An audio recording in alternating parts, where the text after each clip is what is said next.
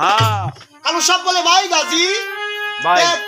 ছেলেটি কেমন হৃদয় মনের মানুষ, খুব সরল সোজা মানুষ, ফ্রেশ মনের মানুষ, হ্যাঁ সত্য মানুষ, বন্ধ হইরে বাজার নেশা করে ওই বিষয়টা না, কিন্তু কইছে যে মনের দোষে হ্যাঁ জিব্বা দে আমরা রে ওযু বানায় দিব। আবার কি করছে জিব্বা যে সাথে হলো আল্লাহর আউলিয়ার ভাও দয়া রাখবো, হ্যাঁ। আল্লাহর আউলিয়ার বিদায় দিতে না। আহ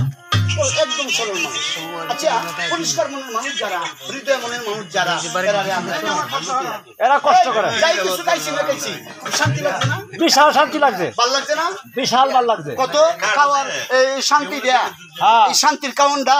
অসহায় দুর্বল কাটুরিয়া আনছে করতে। বাইরে আমি ধ্যান করে দেখলাম, এই যে খাওয়ার পরে কিন্তু আল্লাহ কালু সাহেব আল্লাহের গতি ধরে হোটেল চারের দিকে আমি ধ্যান করে দেখলাম আল্লাহর আল জাল্লাহর জাল কাঠুরিয়ার সম্পত্তি ছিল দাওয়ার কুড়াল এটি বন্ধক দে আমরা এই সাইলা ডাল চালাই না, আমরা খিচুড়ি খাদ্য ভাগ করে খাওয়াইছি না কানুনে যাইতে না গাছ কইতে পারতো না, গরিবের হাতিয়ার নাই, অস্ত্র নাই, কাজ নাই, তাহলে কাজ নাই, রুজি রোজগার নাই, রুজি রোজগার নাই, খাওয়াটা অবদ্ধ। আচ্ছা তাহলে জীবনের সম্পর্ক হয়েছে কি নিয়া আমরা রে ভেট করে খাওয়াইয়া কাল থেকে আমার এই মানুষটি গরিব মানুষটি উপাস মরে যাবা, কেরে ওয়াস তোরে আল্লাহ খাওয়াইতো না খাওয়াইবো এটা বুঝি না তে তুমি হইলে আল্লাহর ফকির। আচ্ছা হন আমি তোমার ফকিরি ক্ষমতা দেখিতে চাই, ভাই সাহেব খাওয়ার বিনিময়ে ওরা কিছু ধন সম্পদ দিয়া ওরা জীবনের দুঃখ কষ্ট সরায় তয়া যাও, এইটা আমি তোমার ফকিরি ক্ষমতা দেখতাম। এই বুঝতে পারছি কইলাম যে আমার সাথে আপনি আমার লাগতো না,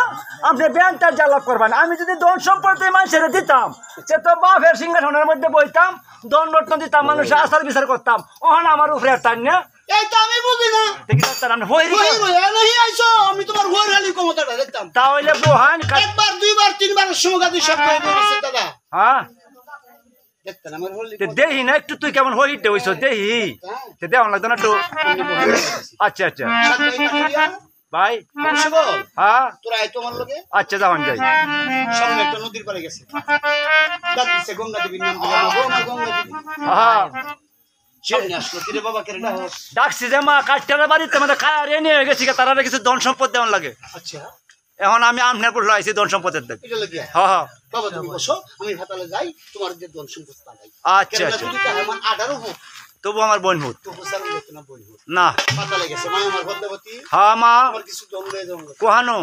এই কাটতেরার বাড়ি। হ্যাঁ কিতা হ্যাঁ তোমার এক মসজিদ ভাই মানে কালার করে বাইয়া আমার কাছে কিছুগুলা ধন চায়। কেলা মসজিদ তো বাড়িতে জীবন নাম পুনছি না আমরা মসজিদ তো বাড়িতে গেলা চিনো না না চিনো কিবা আমরাও তো মনে নাই বাইরাত নগরে গর আমার ওয়াজু ভগবানের মুখ সূর্য এসে দম লাহে মুরে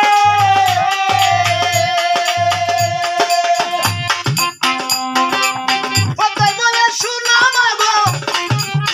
আমি যাব লইরা গো আর দেখবো আমার ভাই কেমন আছে এদিকে শুনো